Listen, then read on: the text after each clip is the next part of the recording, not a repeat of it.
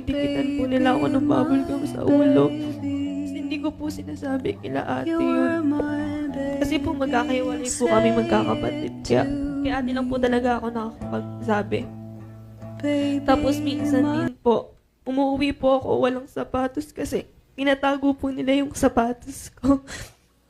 Di rin po ako makapagsabi nun kasi takot po ako mawalan ng kaibigan. Gusto ko lang naman po nun ng kaibigan eh. Tapos po naranasan ko rin pong magupitan po ng buhok.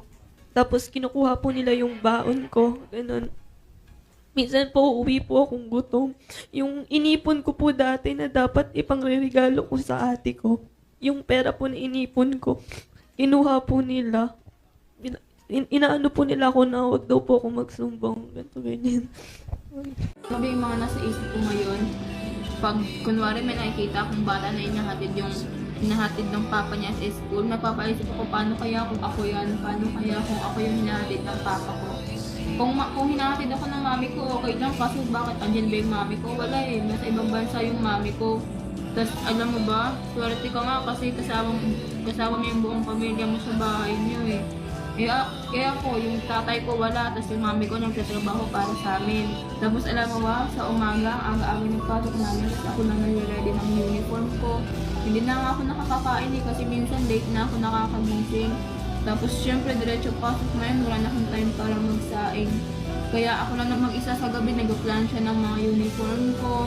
Kasi pagka uwi ko, gumagawa agad ako ng mga assignments namin. Siyempre, sobrang dami nun. Tapos nagpapatanong ako sa sarili ko na paano kaya kung may tatay ako, gagawin ko ba lahat yan? Kasi iniisip ko rin, yung mami ko nasa ibang bansa, siguro kung andito siya, tutulungan niya ako mag-ready ng uniform ko, tutulungan niya ako mag-ready ng kakainin ko. Kaya nga, lagi akong sinasabihan ng tita ko na yan na dito tumataba ako kasi sa bahay mo, kaya ako kasi di ako nakakain pag pumapasok ako. Minsan nga buong araw na kasi pagka uwi ko galing school, nakakatulog na ako, wala nang time para kumain. Wala din namang time para magluto kasi nga pagod na ako sa school. Minsan galing pa kami sa practice, wala pang susundo. Tapos ang layo-layo ng bahay namin sa school, walang susundo, walang kakamusta pag uwi sa akin.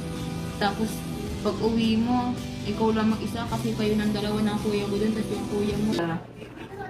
Yung time na po yun, nawalan po ako ng trabaho pati yung asawa ko po.